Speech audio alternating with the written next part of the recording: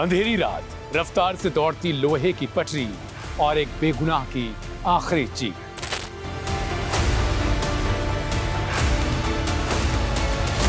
क्या कोई सिर्फ एक मामूली शक में किसी की जान ले सकता है? क्या एक चलती ट्रेन जल्लादों की अदालत बन सकती है? मैंने नहीं मारा, खुद कूद गया, पब्लिक कर दी। और क्या एक बेबस पत्नी के फोन पर आई एक आखिरी कॉल इस अंधे कत्ल के राज से पर्दा उठा सकती है?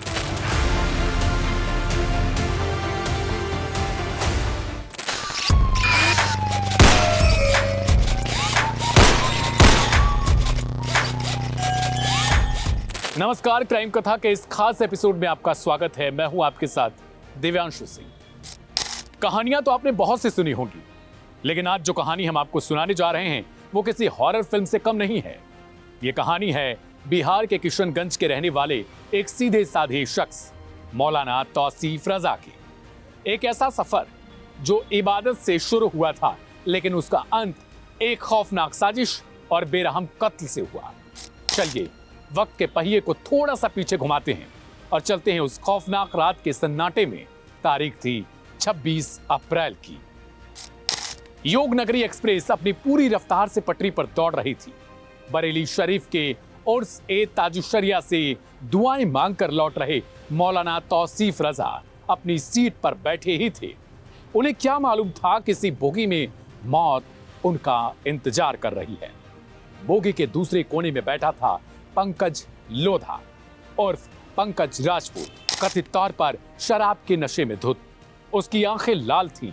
अचानक पंकज चिल्लाता है, मेरा मोबाइल कहां है? मेरा मोबाइल चोरी हो गया है। वह सीधे मौलाना तौसीफ की तरफ झपटता है। तारीख थी 26 अप्रैल की। फिर से योग नगरी एक्सप्रेस अपनी पूरी रफ्तार से पटरी पर दौड़ रही थी। सिर्फ एक बेबुनियाद शक और पंकज हैवान बन गया। उसने मौलाना के साथ बेरहमी से मारपीट शुरू कर दी। मौलाना चीखते रहे, रहम की भीख मांगते रहे, लेकिन नशे में धुत कातिल के सिर पर खून सवार था। वह मौलाना को घसीटते हुए बोगी के गेट की तरफ लेकर गया। ट्रेन हवा से बातें कर रही थी, ठंडी हवा के झोंके आ रहे थे और तभी एक जोरदार धक्का। मौलाना तौसीफ चलती ट्रेन से नीचे अंधेरी खाइयों में जा गिरे। ट्रेन आगे बढ़ चुकी थी और पीछे छूट गई एक खामोश लाश। अगली सुबह यानी 27 अप्रैल की सुबह बरेली कैंट के तुलापुर रेलवे फाटक के पास एक ट्रैक किनारे ग्रामीणों को एक लाश मिलती है। सिर फटा हुआ, बदन पर घसीटे जाने के वो निशान। पुलिस मौके पर पहुंचती है। शुरुआती जांच में पुलिस इसे महज एक हादसा मान लेती है, ट्रेन से गिरकर हुई मौत। लेकिन कहानी में ट्विस्ट आना अभी बाकी है। बिहार में मौलाना का परिवार सदमे में था, लेकिन इस अंधे कत्ल की सबसे बड़ी चाबी मौलाना की पत्नी तबस्सुम के पास थी। यह कॉल कत्ल से ठीक आधे घंटे पहले रात के करीब 10:30 बजे की गई थी। मौत के मुंह में जाने से पहले मौलाना ने अपनी पत्नी को अपनी आखिरी सांसों के साथ यह सबूत सौंप दिया था। परिवार ने यह ऑडियो पुलिस के सामने रख दिया। अब यह साफ हो चुका था कि यह कोई हादसा नहीं, बल्कि एक सोची समझी बेरहम हत्या थी। जब दबाव बढ़ा तो पुलिस ने मामले की नए सिरे से जांच शुरू की। पोस्टमार्टम रिपोर्ट आई तो डॉक्टरों के भी होश उड़ गए। मौलाना के सिर की 2 मुख्य हड्डियां टूट चुकी थीं। चेहरे, छाती और कंधों पर गंभीर चोटें थीं, जो साफ तौर पर इशारा कर रही थीं कि उन्हें ट्रेन से फेंकने से पहले बुरी तरीके से प्रताड़ित किया गया था। मौत की वजह थी अत्यधिक खून का बहना और शॉक लगना। जीआरपी माने राजकीय रेलवे पुलिस ने हत्या का मामला दर्ज कर दिया, लेकिन कातिल कहां था? यह वारदात को अंजाम देकर शाहजहांपुर स्टेशन पर ही भीड़ का फायदा उठाकर वो गायब हो चला था। कातिल खुद को बहुत शातिर समझ रहा था, लेकिन वह यह भूल गया था कि कानून के हाथ बहुत लंबे होते हैं। जीआरपी ने सर्विलांस, ट्रेन के सहयात्रियों के बयान और मोबाइल लोकेशन का एक ऐसा जाल बुना जिसमें मुख्य आरोपी पंकज लोधा फंस गया। पुलिस ने उसे मुरादाबाद से धर दबोचा। पूछताछ में जब पुलिस ने सख्ती दिखाई तो पंकज ने यह उगल दिया, वो सच जिसने सबको झकझोर कर रख दिया। सिर्फ एक मोबाइल चोरी के शक में उसने एक बेगुनाह को मौत के घाट उतार दिया। सफर में मिलने वाला एक अनजान शख्स, एक मामूली सा शक और गुस्से का वो एक खौफनाक पल, जिसने एक हंसते खेलते परिवार को ताउम्र का दर्द दे दिया। मौलाना तौसीफ रजा तो दुनिया से चले गए, लेकिन उनकी पत्नी के मोबाइल में रिकॉर्ड वो आखिरी चीख आज भी इंसाफ की गुहार लगा रही है। हेलो तबस्सुम, हाँ একটা সারাবি মুখে ট্রেন পকেলিয়ে উল্টা সিধা বলা है রে मुझे मार से मार तो मार से वही ना पुलिस फोन करा बता चाजान पुलिस उस पे माँ ये लोग छने की ट्रेंड की क्या तो लोग ला देगी शराब पी के भैया हेल्प करो तो यार मामा देखो भैया परेशान कर रहे हैं देख दी पुलिस वाला आपने ट्रेंड धोरी आपने जबरदस्ती वाले मास्क लगा के मामा आपका मेरे डाली में कातिल पंकज लोझा आज सलाखों के पीछे जा चुका है और पुलिस आगे की कानूनी कार्रवाई में जुटी है।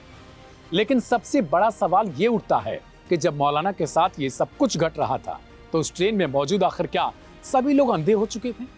क्या किसी को कुछ दिखाई नहीं दे रहा था? क्या किसी के अंदर थोड़ा भी इमोशन नहीं था कि वो वहां पर पहुंचता और उस कातिल को थोड़े वक्त के लिए रोकता या उसे ये बताता या कुछ तो बातचीत करता जिससे वो मौत ना होती? लेकिन सोशल मीडिया पर कहा जा रहा है कि अफसोस वहां पर सभी लोग ऐसा प्रतीत होता है जैसे चूड़ियां पहनकर बैठे हुए थे। ये कहानी हमें सबक देती है कि सफर में सतर्कता जितनी जरूरी है उतना ही जरूरी है अपने गुस्से पर काबू रखना, क्योंकि गुस्सा एक पल में ही किसी की जिंदगी छीन सकता है और आपकी जिंदगी को जेल के अंधेरों में धकेल सकता है। ये आरोपी पकड़ा गया है इसके लिए मुझे खुशी है, लेकिन मैं पूरी तरह से संतुष्ट नहीं हूँ, क्योंकि एक आदमी मिलकर इतना कुछ अकेले में कर सके ऐसा पॉसिबल ही नहीं है। तो आपको लगता है कि और भी आरोपी थे इसमें? जी हाँ, मुझे लगता नहीं, मुझे पूरा यकीन है कि और भी आरोपी थे इनमें। आपने जैसे कि बताया था कि आपकी लास्ट बार वीडियो कॉल पर बात हुई थी तो आपने देखा था, तो क्या ये वही आरोपी है?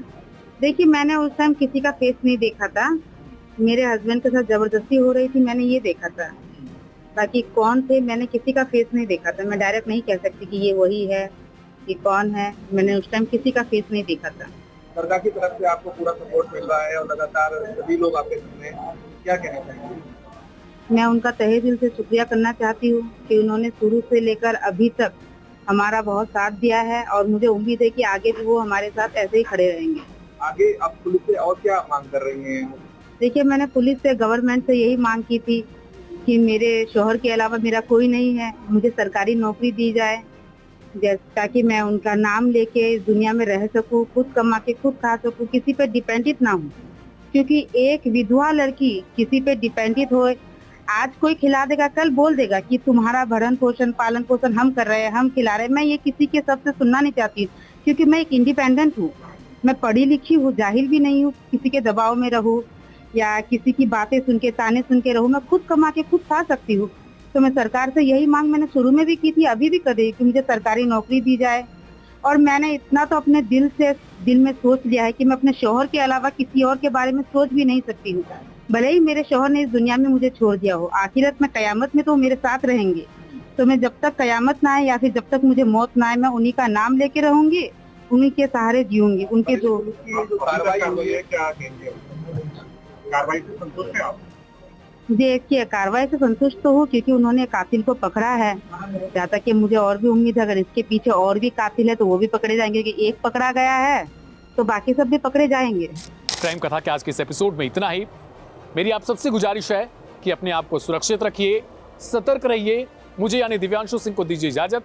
मिलेंगे कल रात 10 बजे एक नई कहानी के साथ।